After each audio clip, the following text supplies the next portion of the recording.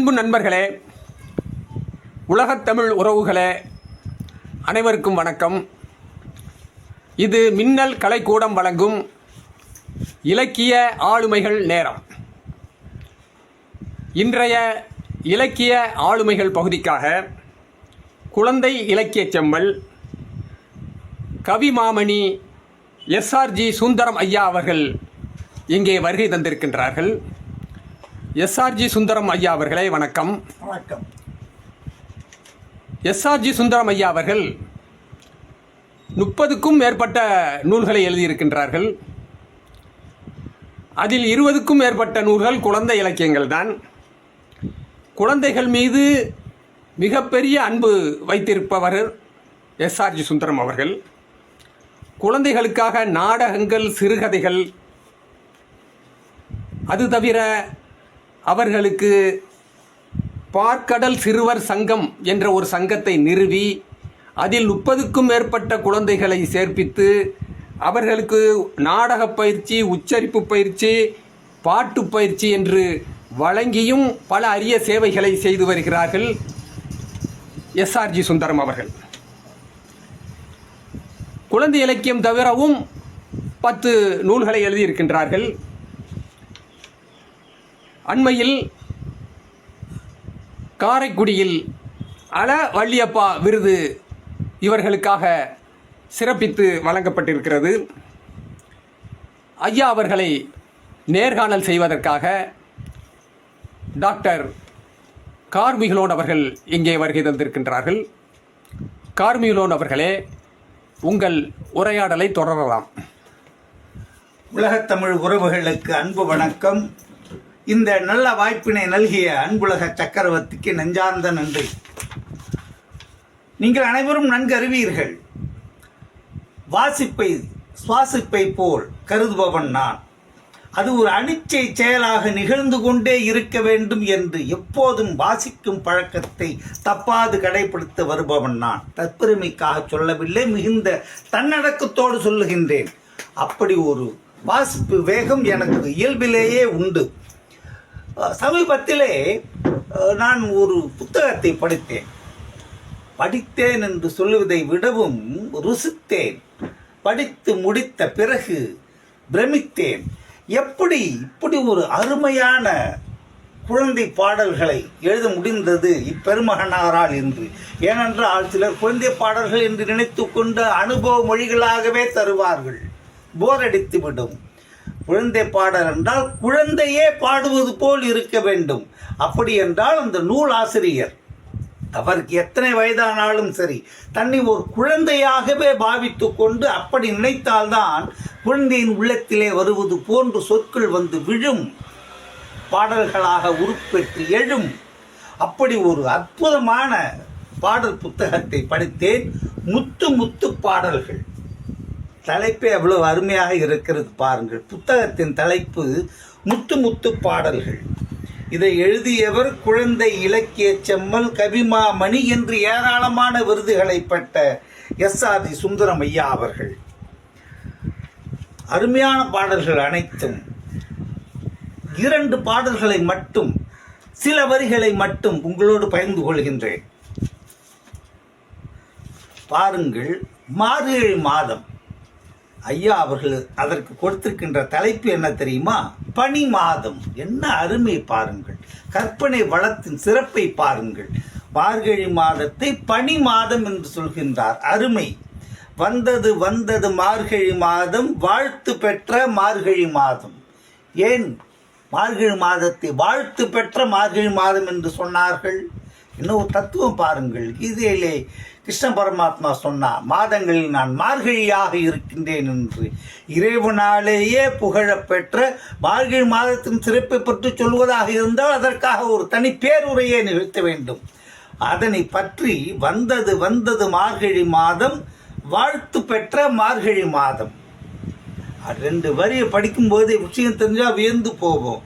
அவர் அருமையான பாட்டு. அது ஃபுல்லாக இந்த குழந்தை இங்கே பாருங்கள், இந்த குழந்தை கோலம் போட்டுட்டு இந்த பச்சை புள்ள சொல்லுது பாருங்க. பூசணி செடியின் பூவை பறித்து புனித அக்கா வருவாள் அங்கே, ஆசை பொங்க மஞ்சள் பூவை அந்த கோலம் நடுவில் வைப்பாள். இப்போ கோலம் போறதான் விட்டாங்கன்னு வச்சுக்கோங்க. அதுக்கு மேல கவிஞரோட கற்பனை பாருங்க. புற்கள் மேலே வைரக்கல்லாய் பனியின் முத்து மின்னுமே. சிட்டியில அதெல்லாம் பார்க்கறது கஷ்டங்க. கிராமத்தில் பக்கம் போனீங்கன்னா பார்க்கலாம். புற்கள் மேலே வைரக்கல்லாய் பனியின் முத்து மின்னுமே. சூரிய கிரணம் போட்டு அப்படியே வைரமாட்டம் ஜொலிக்குதான். ஒற்றை தொன்னை நிறைய எனக்கு அம்மா தருவாள் இனிய பொங்கலே. அந்த குழந்தை அப்படியே சந்தோஷமா இந்த மாதிரி மாத அனுபவத்தை சொல்லுது. இன்னொன்று பாருங்க, பழமொழி பயில்வோம். இந்த காலத்தில் மிகவும் தேவையான ஒன்று, பழமொழி பயில்வோம். அந்த பழமொழி பயில வேண்டிய அவசியத்தெல்லாம் இந்த பாட்டில் அப்படியே அழகா சொல்லிட்டு என்ன அழகா சொல்றாரு பாருங்க. அப்துல் கலாம் பாரதியும் ஹெலன் கெல்லர் பெண்மணியும் செப்பும் மொழிகள் பலவுமே சுவைப்பட கற்று சிறந்தாரே. பல மொழிகள் கற்ற பெருமக்கள் இவர்கள். அது சொல்லிட்டு கடைசியா பாருங்க, 4 வரி வைர வரி. உறவு பல்லோர் என்றாலும் உன்னத தாயே உயர் உறவு. அறியும் மொழி பல என்றாலும் அமுதம் தாயின் மொழி அறிவே. தாய்மொழி அவரவருக்கு தாய்மொழிதான் உயிர்மொழி. நமக்கு தென் தமிழ் தாய்மொழி, அன்னை தமிழ் மொழி. அதுதானே அந்த அமுத மொழி தானே நமக்கு தாய்மொழி. தாய்மொழிதான் உயர் உறவு. ஆனாலும் பல மொழிகளை கற்க வேண்டும் என்று பால மனத்திலே அற்புதமான விதையை விதைத்துள்ள இந்த பெருமகனாரை வாழ்த்த வேண்டும், வணங்க வேண்டும், போற்ற வேண்டும். அடுத்து இதை பற்றி இவரோட இந்த கதைகளின் பெருமையை பார்த்து பல கதைகள், பல புத்தகங்கள் ஆங்கிலத்தில், இந்தியில் என்று டிரான்ஸ்லேஷன் செய்யப்பட்டுள்ளன. சைத்தன்யா அப்படின்னு கேள்விப்பட்டிருப்போம் நம்ம. சைத்தன்யா அந்த பச்சை பிள்ளையா அது இருக்கும்போதே, 10 வயசு பிள்ளையா இருக்கும்போதே அது நிறைய டிரான்ஸ்லேஷன்லாம் பண்ணியிருக்குது. எல்லாருக்குமே தெரியும் சைத்தன்யா அப்படின்னா. பல மொழி அறிந்த பாப்பா.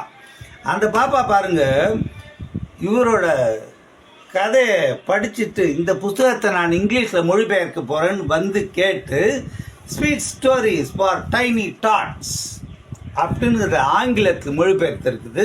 ரொம்ப அற்புதம். நாட்டி ஃப்ராக் இந்த கதையெல்லாம் படித்து பார்த்தேன் நான். பிரமாதம். இந்த மொழியாக்கமும் பிரமாதம். இதை படித்தாலே ஐயா அவர்கள் எப்படி தமிழ் அற்புதமாக அமுத மழையாக அந்த கதையினை எழுதி உள்ளார்கள் என்று அறிய முடியும். இங்க பாருங்க, இன்னொரு புக் பாருங்க. இது ஹிந்தி. அந்த ராஜஸ்தான் பத்திரிகான்னு ஹிந்தியில வருது இல்ல, அந்த பத்திரிகையின் ஆசிரியரே ஐயாவோட கதையை படிச்சுட்டு இதனை நான் ஹிந்தியில் மொழிபெயர்த்து தாங்கள் எனக்கு அனுமதி தர வேண்டும், ஆசி தர வேண்டும் என்று கேட்டு வாங்கி இதனை ஹிந்தியிலே மொழிபெயர்த்திருக்கின்றார்கள். பச்சோं को मुस्काने वाली 10 कहानियां. இதா இந்த புஸ்தகம். இதுவும் ஃபுல்லா படித்தேன். இதில் பாருங்க, வீணா கே கர் கா லட்டு அப்படின்னு ஒரு அருமையான கதை. அற்புதம். இதை படிக்கும்போது அவரோட ராஜஸ்தான் பத்திரிகை ஆசிரியர் ஹிந்தியில் பிரமாதமாக எழுதியிருக்காரு. அவர் ஹிந்தி ஆசிரியர். அதற்கு வேறு எது நம் ஆசிரியர் அவர்களுடைய அந்த தமிழ் கதை. அதை படித்து உள்வாங்கி சுவைத்து ஹிந்தியிலே சுவை குன்றாமல் எழுதியிருக்கின்றார்கள். பாராட்ட வேண்டும். இப்படி பல மொழி அறிஞர்களும் தேடி வந்து தங்கள் கதைகளை, புத்தகங்களை நாங்கள் மொழிபெயர்க்க வேண்டும் என்று விரும்பி கேட்கின்றார்கள் என்றால் அவர் எத்தகைய மாமனிதர். அந்த மாமனிதர் தான் எஸ்ஆர்ஜி சுந்தரம் ஐயா அவர்கள். அப்பெருமகனாரை பேட்டி காண்பதில் நாம் மட்டற்ற மகிழ்ச்சி அடைகின்றோம். ஐயா அவர்களுக்கு வணக்கம். வணக்கம். எனக்கு உங்களுக்கு எப்படி சொல்றது, வாத்தியார் சொல்ற மாதிரி நமஸ்தே நமஸ்கார் அப்படின்னு பல மொழியில சொல்றதா என்ன? நீங்க அந்த அளவுக்கு உங்களோட படைப்புகள் திறம்பட மொழிபெயர்க்கப்பட்டுள்ளன.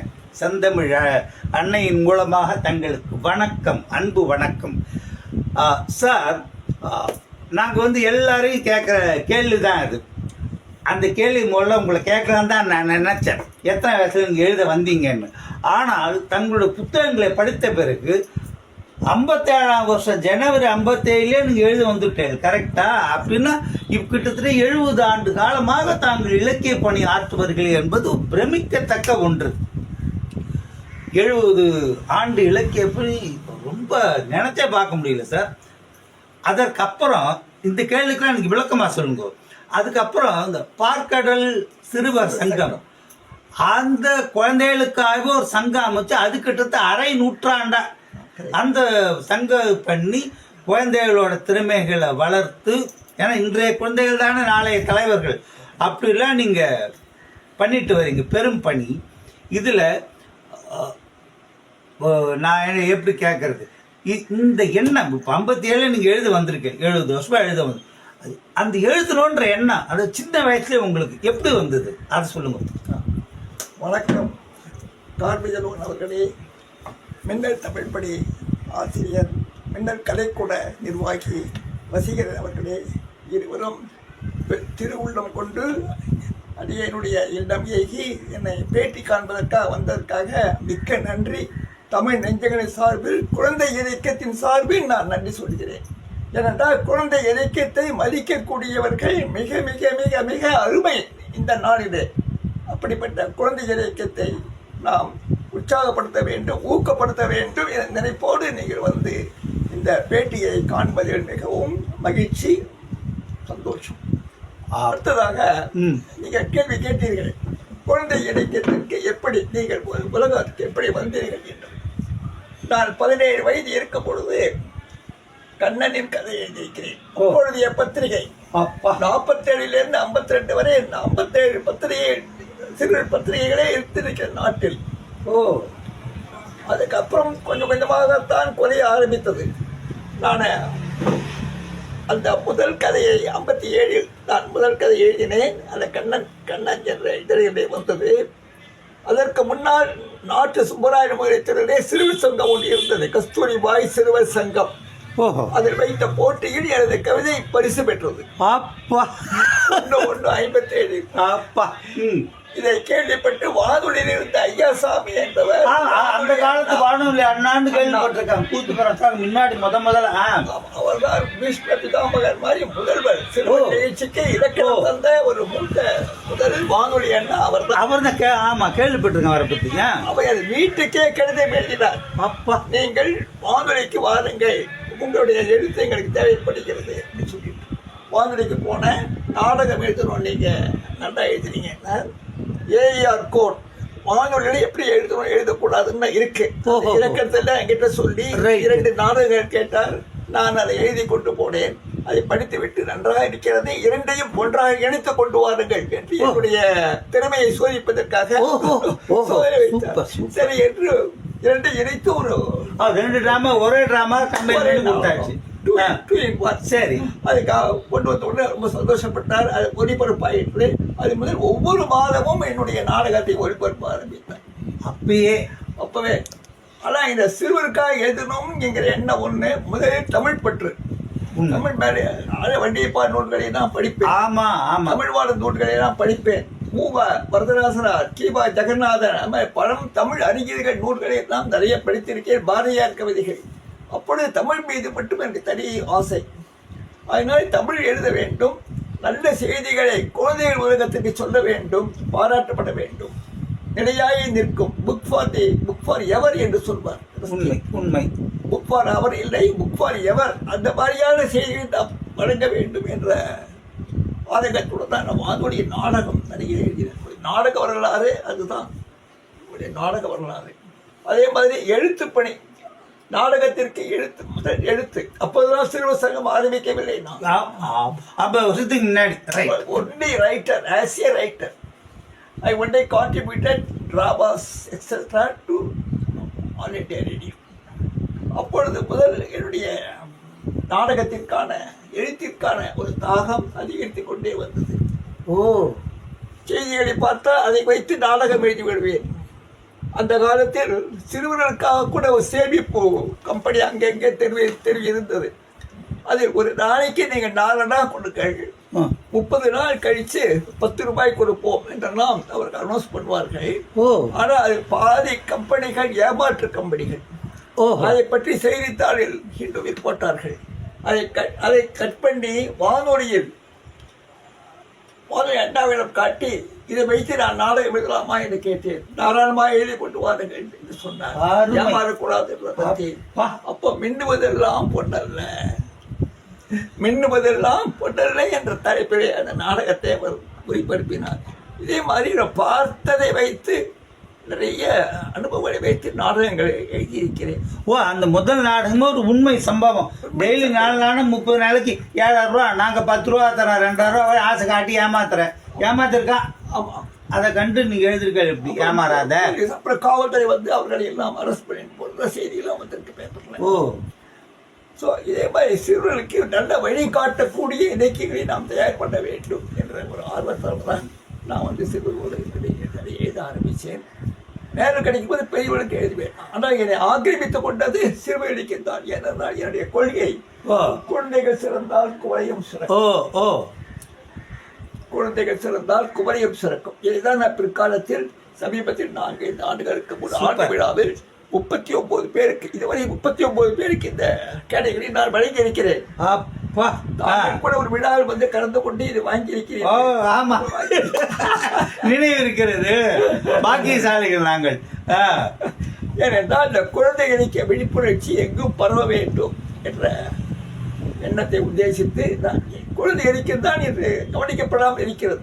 உண்மை உண்மை. அதற்கு ஆசிரியர்கள் காரணம், பெற்றோர்கள் காரணம். குழந்தைகளுக்கு தமிழின் மீது பற்று இல்லை. அடிப்படையான அதை தான் நான் கேட்க நினைச்சேன். இப்போ வந்து நீங்க சொல்றது ஒத்துக்கிறேன். அப்போ வந்து குழந்தைகள் இலக்கியம்னு எல்லாம் அப்படியே ஒரு ஆர்வமா சொல்லியும் கொடுத்தாங்க. பள்ளிக்கூடத்துல நீதி போதனை அது இது பிள்ளைகளும் படிச்சதுங்க. இப்போ வந்து ஓகே, பல மொழி கத்துக்கலாம். ஆனா நீங்க இது வந்து எப்படி பாக்குறீங்க சார்? அதாவது குழந்தைகளுக்கு ஆர்வம் இல்லைன்னு பாக்குறீங்களா? இல்ல குழந்தைகள் என்ன எழுதி பெருசா சாதிக்க போறோம்னு எழுத்தாளர்களே குழந்தைகள் இலக்கியத்தில் கவனம் செலுத்தவில்லை. எந்த உங்களோட பார்வையில் எப்படி அது? எங்கே தேவை இருக்கிறதோ அங்கேதான் எழுத்தாளர்கள் வருவார்கள். அது உண்மை. அது ஹட்சன் சொல்லிக்கிறார், பேராசிரியர் ஹட்சன். 4 விதத்தில் படைப்புகளை தயார் பண்ணலாம். ஒன்று சுய அனுபவம், 2வது சமூகத்தை மாற்ற வேண்டும் என்ற ஒரு அனுபவம், சுய அனுபவத்தை கலை வடிவம் கொடுப்பது. ஸோ இந்த மாதிரி 4 வழிகளில் எழுத்தாளர்கள் படைப்புகளை பண்ணலாம். என்னுடைய ஆர்வம் குழந்தைகளை வந்து மாற்ற வேண்டும், குழந்தைகளை தமிழ் ஆர்வத்தை ஊட்ட வேண்டும். உதாரணத்துக்கு ஒன்று சொல்லுகிறேன். என்னுடைய பாப்பா மகளை 10 கதையை என்னுடைய அலுவலகத்தில் பணி செய்ய ஒரு அலுவலர் வாங்கிட்டு போனார். தன் குழந்தைக்கு அந்த கதைகளை சொல்ல ஆரம்பித்தார். அந்த பிள்ளைக்கு தமிழ் தெரியாது, தமிழ் படிக்க மாட்டேன் என்ற பிடிவாதத்துடன் கதைகளை மட்டும் கேட்டான். சரி, தந்தையாரிடம் சில கதையை கேட்ட பிறகு, அப்பா இந்த கதைகள் எல்லாம் அருமையாக இருக்கின்றன, இது போன்ற கதைகளை படிப்பதற்காகவே நான் தமிழ் கற்றுக்கொள்ள வேண்டும் என்று சொன்னாலாம். அந்த இது அந்த அளவிற்கு அவர்களை மாற்ற முடியும். அதற்கு ஆசிரியர்கள், பெற்றோர்கள் உதவ வேண்டும். குழந்தைகளிடம் தமிழில் பேச வேண்டும், தமிழ் மொழியின் பெருமையை சொல்ல வேண்டும். தமிழ் இலக்கியங்கள் எல்லாம் எவ்வளவு அருமையான செய்திகள் நாம் இலக்கியங்களை இருக்கின்றன, அற்புதமான இலக்கியங்கள். அந்த காலத்தில் தமிழ் வாத்தியார் வரும்பொழுதெல்லாம் புத்தகத்தை கையிலேயே எடுக்க மாட்டார். வந்தவுடனே வகுப்பை ஆரம்பித்து விடுவார். உண்மை. மடமடவன சிலப்பதிகாரமோ கம்பராமாயணமோ மடமடை என்று சொல்ல ஆரம்பித்து விடுவார். சுற்றுப்புற சூழலில் நீங்கள் கவனம் செலுத்த வேண்டும் என்பதற்காக நீங்கள் வரும்பொழுது வழியில் கிளாஸ் உண்டோ அல்லது ஆணி இருந்தாலோ அப்புறப்படுத்தி விட்டு வர வேண்டும் என்று நாம் சொல்வோம். நமக்கு அது சாட்சியாக நீங்கள் அப்புறப்படுத்தப்பட்ட ஆணியையோ கிளாஸ் துண்டியோ கையிலே ஜாக்கிரதையாக கொண்டு அதை காட்ட வேண்டும் என்று சொல்வார். அப்படிப்பட்ட வாத்தியார்கள் அது ஒரு காலம். அவர்கள் போற்ற கற்றுக் கொடுத்த எல்லாமே மனப்பாடம் கூடிய அளவுக்கு போகும். உதாரணத்துக்கு கண்ணகி வழக்குரைக்கிறாள், அதுக்கு நடத்துவார் அவர். தேராமண்ணா செப்பமற்றுடையேன் எல்லரு சிறப்பேன் எமியப்பா புல்லுரு புன்கண் தீர்த்தோன் அடியும் வாயில் கடைமணி நடுநா நடுங்க ஆவியின் கடைமணி முகதியை நெஞ்சு சுடத்தாம் தன் அருவும் பெறல் புதல்படை ஆழியில் இட்டு பெரும் என்பதை அவ்வூர் ஏசா சிறப்பில் இசை விளக்கு ஆசாத்து வாணியின் மகனை ஆகிய வாழ்கள் வேண்டி ஊழ்வினை சிறப்பை சூழ்களை பண்ணா இந்நகர் மந்தைக்கு என் காசு என்பது பகதல் வேண்டி உன்பால் பறிக்கப்பட்ட கோவலன் மனைவி கண்ணகி என்பது என் பெயரே. அப்ப அந்த வரலாற்றே கண்ணகி ஒரு பாட்டுல அப்படி அடிச்சு சொல்லிட்டா. உதாரணத்துக்கு சொன்னேன். இது எங்க தமிழ் ஆச்சாரம் அப்படியே மனப்பாடமா சொல்லாங்களா, பிரமிச்சு கேட்போம். நடத்துவார்.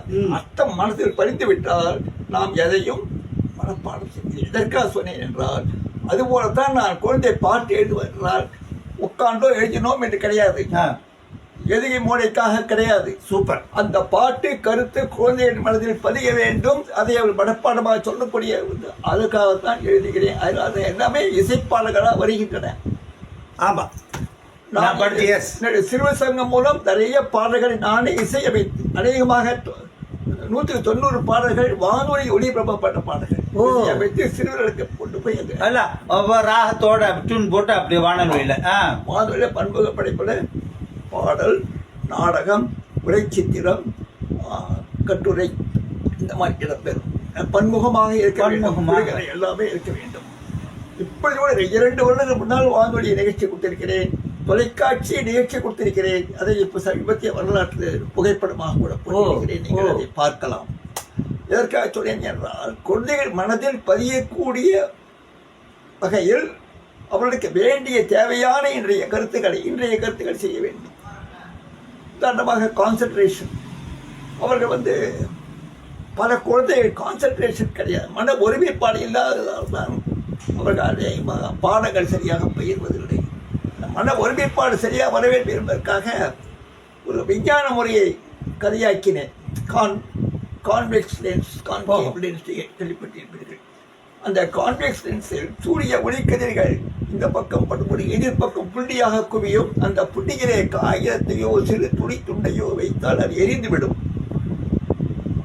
அதை பேஸ் பண்ணி அதை அடிப்படையாக கருவாக வைத்து அதை நாடகமாக்கி, நீங்களும் இது மாதிரி இருந்தால் எல்லாவற்றிலும் வெற்றி பெறலாம். மன ஒருமைப்பாடு, எண்ணங்களை சிதறிவிடாமல், அதான் அவசியம். அந்த மாதிரி. அதே மாதிரி அறிவியல் சம்பந்தமாக எத்தனையோ கதைகளை, கட்டுரைகளை, பாடல்களை கூட அறிவியல் கொண்டு வந்திருக்கிறேன். நான் மட்டுமல்ல, பல பழைய எழுத்தாளர்கள் தான் கொண்டு வந்திருக்கிறார்கள். ஆக இப்படித்தான் என்னுடைய பல்வேறு விஷயங்கள் என்னுடைய மனதிலே குழந்தைகளுக்கு சொல்ல வேண்டும் என்றால் அதை கவிதையாகவோ கட்டுரையாகவோ நாடகமாகவோ ஆகிவிடும். பல கருக்கள் இப்படித்தான் ஆகிக்கொண்டு வருகின்றன. சரி, சிறப்பு. அடுத்து நீங்கள் ஒரு சென்ட்ரல் கவர்மெண்ட்டில் இருந்திருக்கீங்க, போர்ட் ட்ரஸ்ட் இதில். இந்த அதாவது எழுத்தணுங்கிறது நீங்கள் ஒன்லி ஃபார் ஆஃபீஸ் தனி, வெளி உலகம் தனி அப்படியா, இல்லை நீங்கள் பணிபுரியும் இடத்திலேயே இந்த எழுத்து ஆர்வத்தோடு அப்படி செயல்பட்டுருக்கீங்களா? நீங்கள் பணிபுரியா இடத்திலேயே எனக்கு எழுத்தார்வம் ஏற்பட்டுக்கிட்டு, ஏன்னா 17 வயதிலேயே அதான் கேட்டேன் முதல் சான்றிதழ். அப்பா, இந்த இது அந்த இது 57 அப்பா.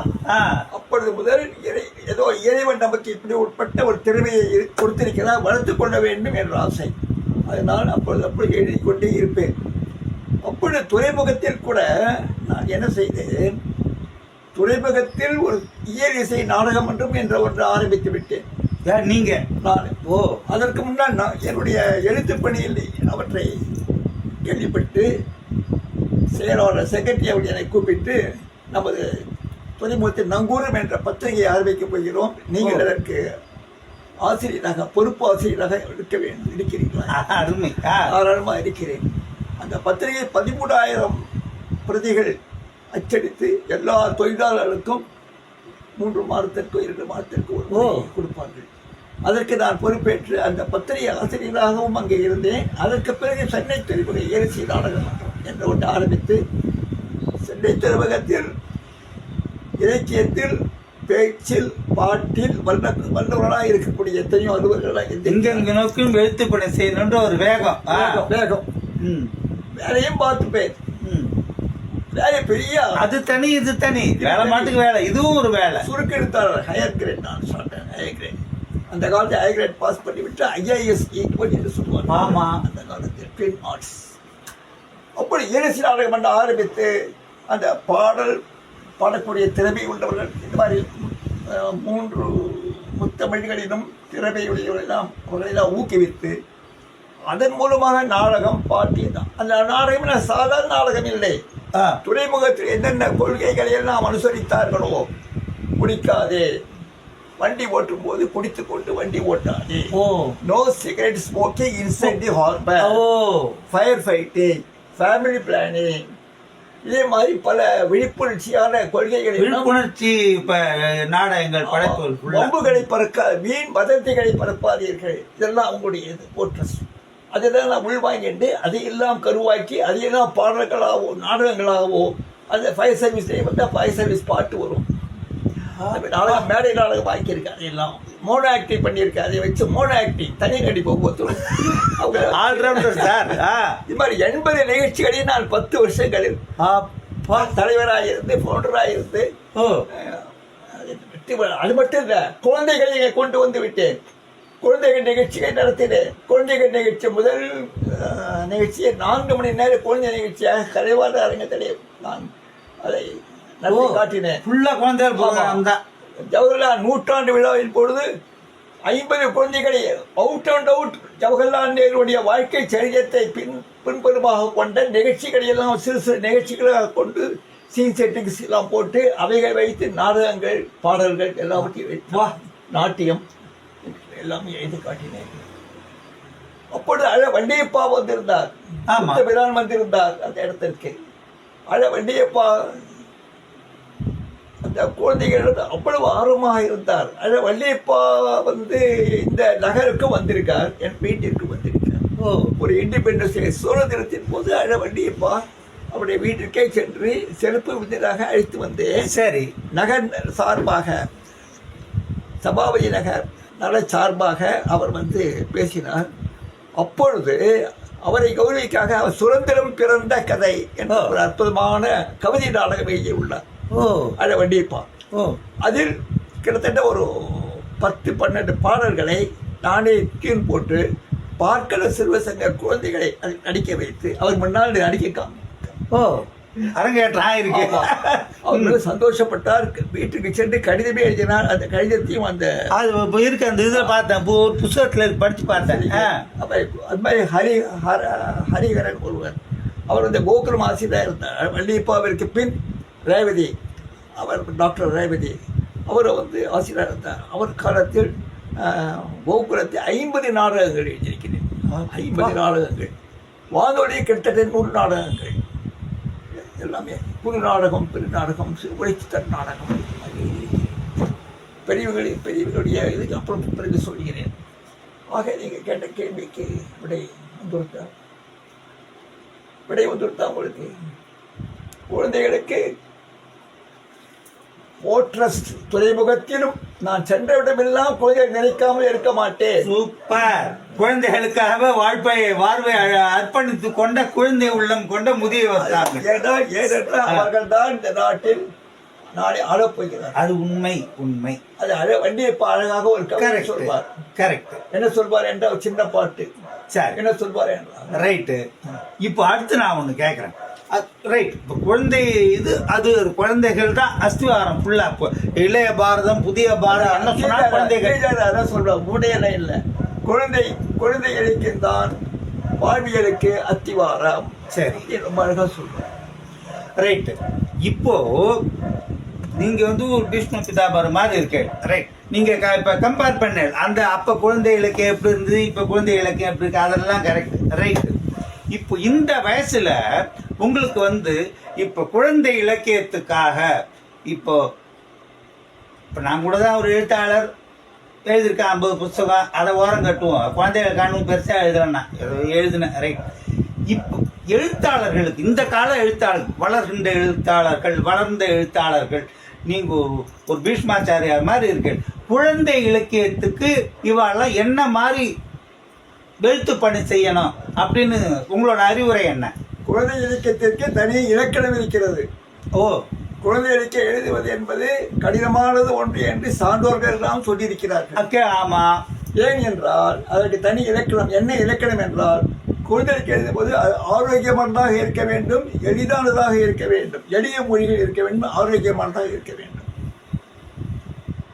இயற்கை சூழ்நிலையில் உள்ள கருக்கள், மலை, ஆறு, கடல், மேகம், அருவி, மலர்கள், மிருகங்கள், பிராணிகள், இது போன்றவற்றை மட்டும்தான் குழந்தைகளுக்கு நீங்கள் சொல்ல வேண்டும். இதை தாண்டி நீங்கள் கொலை, கொள்ளை, பழிக்கு பழி வாங்குதல் இது போன்ற கதைகளை அமைக்கவே கூடாது. ஆமா, வெஸ்ட் ஜெர்மனியில் குழந்தை எழுத்தாளர்கள் கொலை, கொள்ளை, வன்முறை இது போன்ற சம்பவங்களை கதைகளாக்கி குழந்தைகளுக்கு கொடுத்தால் உடனே அவர்கள் சிறைப்பிடிக்கப்படுவர். ஓ அப்படி இருக்கு. ஒரு ரூல் இருக்கிறது. ஓ அவேர்னஸ் பாருங்க. வளரும் போது அதுக்கு ஒரு நெகட்டிவ் எண்ணம் வந்துட்டு தான் சமுதாயம் கெட்டுப்படும். விழிப்புணர்ச்சி என்னென்றால் குழந்தையுடைய மனதை கிளீன் ஸ்லேட். நீங்கள் என்ன சொல்கிறீர்களோ அது நன்றாக பதியும். அதான் மனோதத்துவாதிகள் சொல்வார்கள், குழந்தைகள் பேசவில்லை, பார்க்கவில்லை என்றெல்லாம் சொல்லாதீர்கள். உங்கள் காதுகளை விட பலமான சக்தி உடையவை அவை. உங்கள் பார்வையை விட பலமான பார்வை உடைய அவை. வீட்டில் பெரியவர்கள் என்ன செய்கிறார்களோ அதை பார்த்து கொண்டே இருக்கும். அதைத்தான் குழந்தை செய்யும். அவர் எப்படி நடந்து போகினா கூட எப்படி நடக்கிறார்களோ அந்த நடைதான் குழந்தைக்கு வரும். என்ன பேசுகிறார்களோ அந்த மொழி தான் குழந்தைகளுக்கு வரும். உண்மைதான். எல்லா விதத்திலையும் குழந்தைகளை தான் காப்பிடிக்கும். அதனால தான் குழந்தைகள் பெற்றோர்கள் தான் ஜாகிரதையாக குழந்தைகள் வளர்க்க வேண்டும். அவர்கள் முன் பேசக்கூடிய விஷயங்கள், அதே மாதிரி நடக்கக்கூடியவை எல்லாவற்றையும் குழந்தைகள் பார்க்கிறார்களே என்ற உணர்வுடன் நாம் நடந்து கொள்ள வேண்டும். அப்படி நடந்தால் குழந்தைகள்.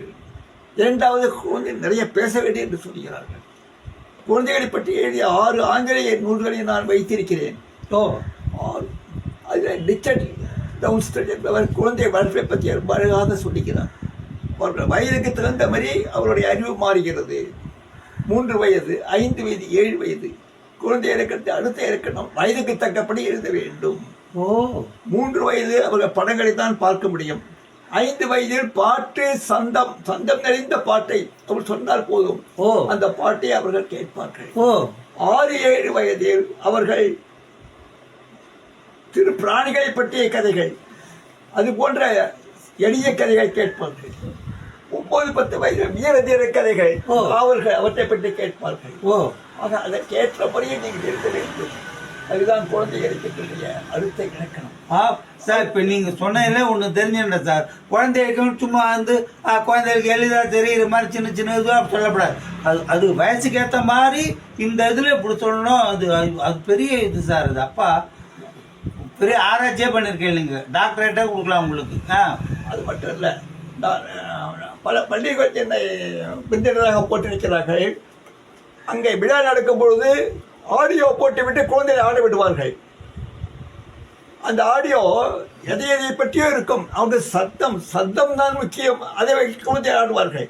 நான் சொல்வேன், இந்த மாதிரி எல்லாம் நீங்கள் ஏன் வீணாக்குகிறீர்கள்? பணத்தை, நேரத்தை, குழந்தைகள் திறமையெல்லாம் நீங்கள் வீணாக்குகிறீர்கள். சரி, இது முறையான ஒரு விழா அல்ல, முறையான நிகழ்ச்சி அல்ல, குழந்தைகளுக்கு ஏற்ற நிகழ்ச்சி அல்ல. எப்படி இருக்கணும் சொல்லுங்க. அது கிரியேட்டிவ். குழந்தைகளுக்கு உங்கள் வகுப்பிலே என்ன பிரச்சனை, ஏதாவது பிரச்சனை, அதை விட்டு இந்த நாடகம். இப்போ நான் எழுதிய நாடகம் தீமெட்டிக் புக் வச்சிருக்கேன். சிரிக்க நடிக்கலாம். அதில் சிக்கனத்தை பற்றி எழுதியிருக்கிறேன், தேசிய ஒற்றுமையை பற்றி எழுதியிருக்கிறேன், அண்ணன் தம்பி பாசத்தை பற்றி இருக்கிறேன், பிராணியிடம் அன்பு அதை பற்றி எழுதியிருக்கிறேன், சுற்றுப்புற சூழலை பற்றி எழுதியிருக்கிறேன். இந்த மாதிரி எல்லா விதத்திலையும் அருமையான கதைகளை நான் எழுதியிருக்கிறேன். என்னை போன்ற பல எழுத்தாளர்கள் எழுதியிருக்கிறார்கள். இவற்றையெல்லாம் வீணாக போகிறது. இதெல்லாம் சிறுவர் கதைகள் படிக்க வேண்டுமே என்ற கவலையுடன் தான் நான் எழுத அடுத்த புத்தகத்தை பிள்ளை செல்வம் பொலியச் செய்யும் குழந்தை இலக்கியம் என்ற ஒன்று. இது உங்க வந்தோன்னு பார்த்த மேதையில இருந்து இதான் முதல்ல கண்ணில் தட்டுப்பட்டது. ஆமா, அது 50 குழந்தை எழுத்தாளர்களை நான் அறிமுகப்படுத்தி இருக்கிறேன். அவர்கள் நூல்களை அறிமுகப்படுத்தி இருக்கிறேன். இது ஆமா, வசீகரன் ஐயாவின் நூலையும் அறிமுகப்படுத்தி அவருடைய கதையை பற்றி போட்டிருக்கிறேன். ஆமா, இவ்வளோ இருக்கிறது. நீங்கள் ஒன்றும் படிக்காம இருக்கிறீர்களே. நாங்கள் சமைத்து வைத்திருக்கிறோம், நீங்கள் சாப்பிடாம இருக்கிறீர்களே. முறைப்படி நான் எழுதியிருக்கிறேன். இந்த கட்டுரை அனைத்தும் படித்தால் எல்லோருக்கும் புத்தகத்தை படிக்க வேண்டும், வாசிப்பு பழக்கம். அதை நான் விழிப்புணர்வு ஆய்வியல் நூல்னு போட்டு ஆய்வியல் நூல் நான் பற்றி சொல்லவில்லை.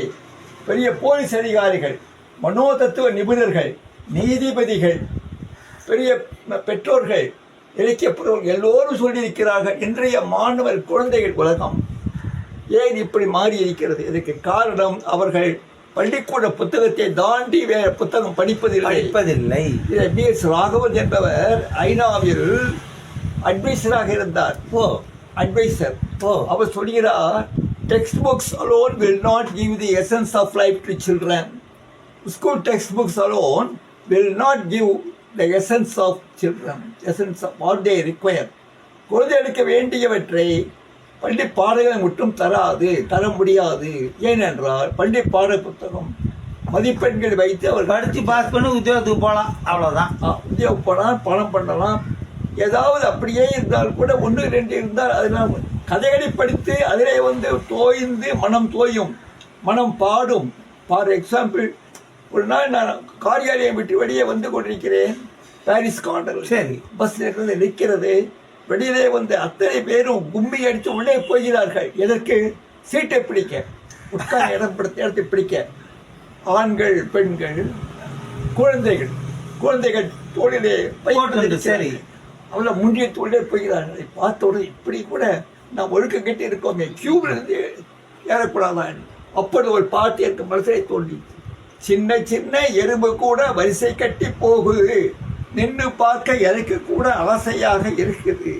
சிப்பாய் படை போகும் காட்சி கண்ணை கொள்ளுது, தப்பா யாரும் நடந்திடாமல் வரிசை கட்டி போகிறார். பஸ்ஸில் ஏறும் மனிதர் மட்டும் ஏனோ இப்படி நினைக்கிறார். பஸ்கை போட்டு முண்டி அடித்து தாவி உள்ளே போகிறார். சின்ன தங்கை என்னை கூட தள்ளிவிட்டு ஏறுகிறார். அப்பா, என்ன பெரிய மனிதர் இவர் என்று கேட்க வைக்கிறார். பழுது உள்ள இந்த பாதை நமக்கு என்று வேண்டாமே, பழுது இல்லா வரிசை நின்று வாழ்வில் உயர்ந்து நிற்போமே. சபாஷ். அப்பா, ஒரு பள்ளிக்கூடத்தை நான் சொல்லும் போது, ஐயா ஒன்று எழுதி கொடுத்து விடுங்க, நான் இது ஆக்ஷன் சாங்காக இந்த ஆண்டு விழாவில் போட வேண்டும் என்று போட்டார்கள். சூப்பர். இது பல முறை மேடை ஏறிவிட்டது. அதுபோல் நேஷனல் சாலிடாரிட்டி, இது போல் பல, அதாவது ஆக்கப்பூர்வமான கிரியேட்டிவ் ஸ்கூல். அதான் சொல்றேன் பள்ளிக்கூட டீச்சர்ஸ் கிட்ட, நீங்கள் எழுதுங்க, கிரியேட் பண்ணுங்க குழந்தைகளுக்கு. நீங்கள் சினிமாவில் பாடுற பாட்டு இதெல்லாம் போடாதீங்க, தயவு செய்து போடாதீங்க சொல்லி சொல்கிற வழக்கம் சில பள்ளிகளால். ஏன்னா அவங்களால் எழுத முடியாது. எழுதுவதற்கு தனித்திறமை வேண்டும், குழந்தைகளுக்கு எழுதுவதற்கு தனித்திறமை வேண்டும். எழுதினாலும் அதை குழந்தைகளை பழக்கி சொல்வதற்கு டைரக்டோரியல் எஃபிஷியன்சி ஒன்றும். டைரக்டர் என்ன பண்ணுறாரு, அந்த பயிற்சி அவங்களுக்கு இருக்கணும். எதை கொண்டு வர வேண்டுமோ, எதை சொல்ல வேண்டுமோ அதை சொல்வதற்குண்டான பயிற்சி நாம் எடுத்துக்கொள்ள வேண்டும். ஆக மிகவும் கடினம். ஆக என்ன செய்யலாம், பல பள்ளிக்கூட நாடகங்களை வாங்கி கொண்டு போயிருக்கிறார்கள், வீட்டிற்கு வாங்கி கொண்டு போயிருக்கிறார் ஸ்கூல்ல போடுறதுக்கு. அதுக்கப்புறம் நான் சிரிக்க நினைக்கலாம் என்ற. சரி, ரைட் சார். இப்போ நாங்க உங்களை பேட்டி எடுக்கிறத உள்ள ரூம்குள்ள வரும்போது எங்களுக்கு என்ன ஆச்சரியமா இருக்குன்னா, ஜன்னல்ல காத்து வரத்துக்கு இடத்த மட்டும் விட்டுட்டு பாக்கி ரூம் ஃபுல்லா ஒரே சர்டிபிகேட் மயமா விருது சர்டிபிகேட்னு அப்படியே பார்க்குற இடம்லாம் சர்டிபிகேட் ஷீல்டுன்னு இருக்கு. ரைட்டு, இதோ பிரம்மாண்டமா இருக்கு. இதெல்லாம் இவ்வளோ ஷீல்டு இதெல்லாம் வாங்கியிருக்கேன். கரெக்டு. இதுல இந்த கேள்வியோட நம்ம பேட்டியை நிறைவு பண்ணிப்போம். இவ்வளவு விருது வாங்கியிருக்கேன், ஏகப்பட்ட விருது. உங்களோட திறமையை பாராட்டி ஏகப்பட்ட அமைப்பு கொடுத்துருக்கு. அதுல ஒன்றை பத்தி மட்டும் சொல்லுங்க, ஜஸ்ட் ஃப்ரம் யுவர் மெமரி. ஏதாவது ஒன்று, இந்த விருது இப்போ கிடைச்ச இதோட சிறப்பு இது, அது மாதிரி நிறைய இருக்கு. ஏதாவது ஒன்று சொல்லுங்க, ஜஸ்ட் ஒரு சாம்பிள். விருதிற்காக இந்த விருதுகளை ஏன் நான் இப்படி மாட்டி வைத்தேன். பல பேர் விருதுகள் சொல்கிறார்கள், நாங்கள் வாங்கியிருக்கிறோம், பலனை மேல் போட்டு விடுவோம் சொல்கிறார்கள். அது அழகல்ல. இப்போ எந்த அமைப்பு, இலக்கிய அமைப்பு விருது கொடுத்தாலும் அது நமக்கு மதிப்பு, நமக்கு இல்லை, நமது இலக்கியத்தை மதித்து கொடுக்கிறார்கள். நாம் அதை தூக்கி பண்டை மேல் போட்டு விட்டால் நாமே நமது இலக்கியத்தை காலில் போட்டு நசுக்குவது போலாகும். ஆகவே தான் நான் எல்லாவற்றையும் மாட்டியிருக்கிறேன். அவற்றை பார்க்கும் போதெல்லாம் மகிழ்ச்சி வரும், பின்புலம் வரும், நமக்கு ஒரு உற்சாகம் வரும். அதனால தான் நான் அதை மாட்டியிருக்கிறேன். அடுத்ததாக எந்த விருது என்னை மனதை தொட்டது? இது ஒன்று முதலில் National Council of Educational Research and Training, மத்திய அரசின் விருது. அவர்கள் போட்டி வைத்தார்கள், சிறுகதை போட்டி. அது எப்போ? 1993. சரி. அப்பொழுது அதுக்கு நான் என்னுடைய சிறுகதைகளை எல்லாம் புத்தக வடிவில் எழுதி அனுப்பிச்சிருந்தேன். ஓஹோ. அப்பொழுது அந்த கதை எனக்கு நான் அனுப்பிவிட்டு அவ்வளவுதான், மறந்து விடுவேன். ரைட்டு. திடீர்னு டெலிகிராம் வந்தது. அங்கே எனது இளைய மகள் டெலிகிராம் வாங்கி, அப்பா அவனுக்கு பஸ் வாங்கி இருக்கிறது, 5000 ரூபாய். பாப்பா நானும் என்னுடைய துணைவியாரும் போயிட்டு வருவதற்குண்டான செலவு 3 நாள் போர்டிங் லாட்ஜிங் அங்கேயே. அந்த நூலை பற்றி பேசுவதற்கு அந்த போட்டோ கூட அங்கே இருக்கிறது. அப்பா ஆமா என்னுடைய துணைவியாரும் பேசினார்கள், நானும் பேசினேன். ஆமா இந்த நூலை பற்றி நான் உரையாற்ற வேண்டும். அந்த NCERT எழுத்தாளர்கள் முன்னாடி எல்லா விதமான ஸ்டேட் எழுத்தாளர்களும் அங்கே இருப்பார்கள். அவர்கள் முன்னால் நான் அதை பற்றி சொல்ல வேண்டும். சிறப்பு என்ன, அது சிறப்பு பற்றி அதை பற்றி சிறப்புலாம் சொன்னேன். 3 நாள் இங்கே தங்கி இருந்தேன், விருதை வாங்கினேன், வீட்டிற்கு வந்தேன். அதுதான் என் மனதை தொட்ட ஒரு பெரிய விருதாக. அப்ப நேஷனல் லெவல் அங்கீகாரம், எப்பேற்பட்ட அங்கீகாரம் அது. அப்பா அடுத்த விருது என்று சொல்ல போனால் இங்கே விருது வைத்திருக்கிறேன். அன்னை இந்திரா காந்தி ஸ்கூல் இங்கே இருக்கிறது. அவர்கள் ரிப்பப்ளிக் டே அன்னைக்கு என்னை சீஃப் கெஸ்டாக போட்டார்கள். அப்பொழுது அங்கே போய் குழந்தைகளுக்கெல்லாம் 200 குழந்தைகளுக்கு பரிசளித்தேன். அவர்கள் கொடுத்த விருது நான் எதிர்பார்க்கவே இல்லை. எப்படி என்றால் அந்த விருதிலேயே இதுவரை எத்தனையோ விருதுகள் வாங்கியிருக்கிறேன்.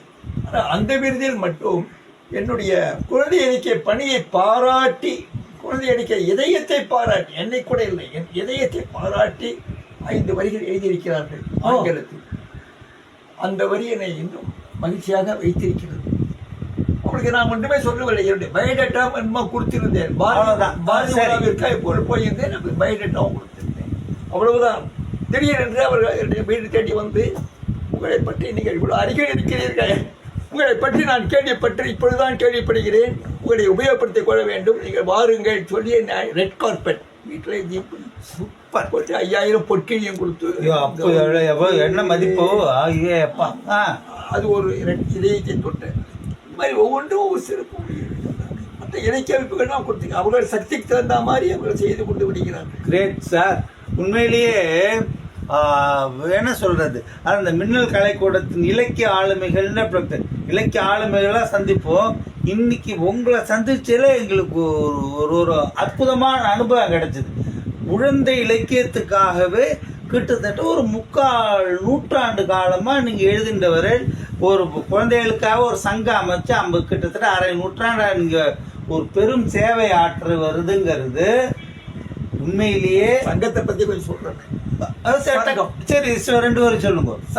சங்கம் வந்து முன்பெல்லாம் வானொலிந்து நிகழ்ச்சிக்கு கான்ட்ராக்ட் கொடுத்துருவாங்க. கொடுத்த உடனே நம்ம பன்முக நிகழ்ச்சி அங்கே போய் டிஸ்கஸ் பண்ணோம். 3 மாதத்துக்கு ஒரு மீட்டிங் போடுவாங்க. அப்போ 30-40 சங்கம் இருந்தது. இப்போ இருக்கிறது ரொம்ப 5-6 கூட விலை விட்டு எண்ணக்கூடிய சங்கங்கள். அப்பொழுது சொல்லிவிடுவாங்க, அடுத்த 3 மாதத்திற்கு நீங்கள் இந்த நாளில் பன்முக நிகழ்ச்சி கொடுக்க வேண்டும், என்ன மாதிரியான நிகழ்ச்சி என்று சொல்லிவிடுவார்கள். அதை பேஸ் பண்ணி நாங்கள் எழுதுகிறோம். அப்போ கொஞ்சம் நேரம் கூப்பிட்டு அதுக்கு பயிற்சி, எல்லாருக்கும் ஸ்கிரிப்ட்லாம் எழுதி கொடுத்து பயிற்சி கொடுப்போம். இப்போ மொட்டை மாடி, வீட்டில் மொட்டை மாடி, இங்கே எல்லாம் பன்முக முயற்சி, அதில் பாடல், நாடகம் எல்லாமே இருக்கும். இந்த மாதத்தில் நேதாஜி சுபாஷ் சந்திர போஸ் பிறந்த மாதம் என்றால் அவரை பற்றிய குறிப்பில் எழுதுவேன். அதை விடவே மாட்டேன். அதற்காகவே தனி புத்தகம் போட்டு வைத்திருக்கிறேன். எந்தெந்த மாதத்தில் எந்தெந்த முக்கிய பிரபலங்கள் பிறந்திருக்கிறார்கள் என்று அதை பேஸ் பண்ணி போடுவேன். அது பேசி பாடல். அதே மாதிரி 49 ஆண்டுகள் நடத்தி கொஞ்சம் ஒரு உற்சாகமாக வைத்திருக்கிறேன். இப்பொழுது நடுவிலே குழந்தைகள் சிதறி போகிறார்கள். ஸ்கேட்டிங், டிராயிங், அப்புறம் எத்தனையோ, அப்புறம் இந்த கம்பு சொல்றது, இந்த மாதிரி நான் போய் கொண்டிருக்கிறேன். அதே தமிழ் இங்கே வந்து தமிழ் தெரிந்து உச்சரிப்பு தெரிந்து பாராட்டி இருக்கிறார்கள். முகப்பிலே அந்த வித்தியாசம் தெரிகிறது அவர்களுக்கு. அவர்கள் தந்தை பண்ணி சொல்கிறார், சார் நீங்கள் நாடகத்தில் அவனை பயிற்சி பண்ணது மிகவும் நலமாக போய்விட்டது, பள்ளிக்கூடத்தில் இவன் தான் சிறப்பாக பேசுகிறான், தமிழில் சிறப்பாக பேசுகிறான் என்று சொல்வார். சூப்பராக சிறுவர் சங்கமும் அதன் மூலமாக ஆக்கப்படி எதுவுமே நான் பீர்பால் கதைகள், தெனாலிராமன் கதைகள் அதை பேஸ் பண்ணி எதுவுமே தொடவே மாட்டேன். எல்லாம் கிரியேட்டிவ் தான் முக்கியம். கிரியேட்டிவிட்டி தான் முக்கியம். To suit the present occasion. Correct. அதுதான் முக்கியம். No father can give his children anything better than good manners than Prophet Muhammad. Super. Correct. Training of children is not is a profession for which you must know how to spend time in order to achieve it later. குழந்தையை பயிற்சி செய்வதற்கு நீங்கள் எப்படி நேரத்தை செலவழிக்க வேண்டும் என்று தெரிந்து கொள்ள வேண்டும். அதனுடைய பெயரை பின்னால் என்று சொல்லுவாங்க. இதை பேஸ் பண்ணி தான் சமீபத்தில் நவம்பரிலே ஒரு வெண்பாவை எழுதினேன். அது ஒத்த சிந்தனையின் பரிசு பெற்றது. வெண்பா 300 ரூபாய் பரிசு. விதை நெல்லை தம்பிழையாய் வைத்தினிது காத்தோன், விதை நெல்லை தம் விழியாய் வைத்து இனிது காத்தோன், புதையல் போல் நெற்குவியல் பெற்றான். நீதியாய் விழுமிய மானிடமும் வையகத்து தோன்ற, குழந்தை நண்டாலை போற்று. ஒரு குடியாரவனுக்கு நல்ல விதை நெல் கிடைச்சா எப்படி பத்திரமா பாதுகாத்து விதைச்சு அறுவடை பண்ணி சந்தோஷப்படுவான். அதே மாதிரி வீட்டில் குழந்தை பிறந்தா அதை வளர்க்கறதுக்கு புறராக உள்ள இப்போ சொல்லுவாங்க, இன்று புறந்தருதல் எந்தடை கடனே, சான்றோராக்குதல் தந்தைக்கு கடனே, வேல் வெடித்து கொடுத்தல் கொள்ளற்கு கடனே, நல் நடை நல்கள் மன்னருக்கு கடனே, உணிர்வால் முறுக்கி சமர் புகுந்து கழிவு பெய்து எய்தல் காளைக்கு கடனே. நாட்டுப்பட்டு இருக்கிறது. அதில் சான்றோராக எல்லாரோட ரூட்டையும் போட்டாச்சு, பிரிஸ்கிரிப்ஷன் கொடுத்தாச்சு. அதே மாதிரி கண்டைக்கு சிலப்பதிகாரத்திலே சொல்வார், ஈன்ற குருவி எடுத்து வளர்க்கும் சான்றோரும் உண்டுகொள், இங்க சான்றோரும் உண்டுகொள் அப்படின்னு அழுவா. அந்த இதுல வரும். கரெக்ட். கேள்வி கேட்பா, கேள்வி பாண்டிய மன்னனை ஈன்ற அது மன்னனாகி கொலை கொண்டு எல்லாம் ஆன பிறகு தனியை வச்சு போட்டுட்டு மதுரை மாநகரை கேட்பான். அப்போ அக்னிதேவன் கேட்பான் அவனை, நீ எரிக்க சொல்லி யாரை எரிக்கணும்னு. பசு, பத்திரை பெண்டீர், மூத்தோர் குழவி இவர்களை விட்டு விட்டு தீர்த்தெடுத்தார் சமூக நீதி. தீர்த்தெடுத்தார்லாம் ஒழிக்கப்பட வேண்டும். தீர்த்தெடுத்தார் அருமை. அப்போ ரைட். இப்ப சமுதாயம் நல்லா இருக்கணும்னா அஸ்திவாரத்தை ஒழுங்கா போடுங்க, குழந்தைகளை ஒழுங்கா வளங்க. இனி வரும் நாளாவது முன்ன மாதிரி சிறப்பா இருக்கும். அற்புதம். எங்களுக்கு ஒரு மிகப்பெரிய சான்றோர் பெருமகனார் குழந்தை இலக்கியத்துக்காகவே தன்னை சந்தனம் போல் இழைத்து கொண்ட ஒரு மிகப்பெரிய மனிதரை பேட்டி கண்டது மற்றற்ற மகிழ்ச்சி. ரொம்ப நெஞ்சார்ந்த நன்றி சார். மிக்க நன்றி. தாங்கள் சுதந்திர போராட்ட வீரர் சமுதாயத்தில் பரம்பரையில் வந்தவர், எம்கேடி பாகவதராக நடித்தவர், விவேகானந்தமாக நடித்தவர், பாராட்டு பெற்றவர், விருதுகள் பெற்றவர். அதற்காக உங்கள் முன்னால் நான் பேட்டி கொடுப்பதற்காக தேங்க்யூ சார். தேங்க்யூ. நன்றி நன்றி. அப்புறம் ஒரு சின்ன சினிமா 2 லைன் வரும். மனசு இருக்கணும், மனசு இருக்கணும், பச்சை புள்ள வெளுத்திருக்கணும், வெளுத்திருக்கணும், மல்லிகை பூவாட்டம். அதே மாதிரி நீங்கள் வைத்திருக்கிறீர்கள். நன்றி. வணக்கம். வணக்கம். வாழ்க. குழந்தை இலக்கியம் வளர்க, ஓங்குக, ஓங்குக, ஓங்குக. கண்டிப்பா சார். நன்றி. வணக்கம். மிக்க மகிழ்ச்சி. நன்றி. வணக்கம்.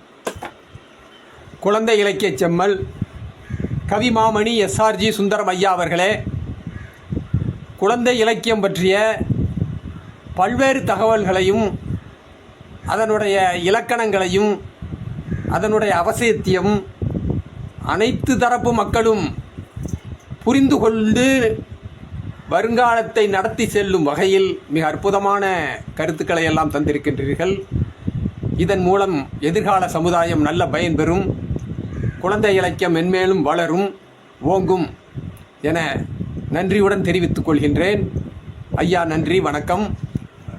டாக்டர் கார்மிகலோன் அவர்களே, ஒரு கலகலப்பான உரையாடலை ஐயா அவர்களோடு நடத்தி மிக அற்புதமான அனுபவங்கள் எல்லாம் பெற்று தந்திருக்கின்றீர்கள். நன்றி. நேயர்களே, உங்களுடைய கருத்துக்களை கருத்து பெட்டகத்தில் பதிவிடுங்கள்.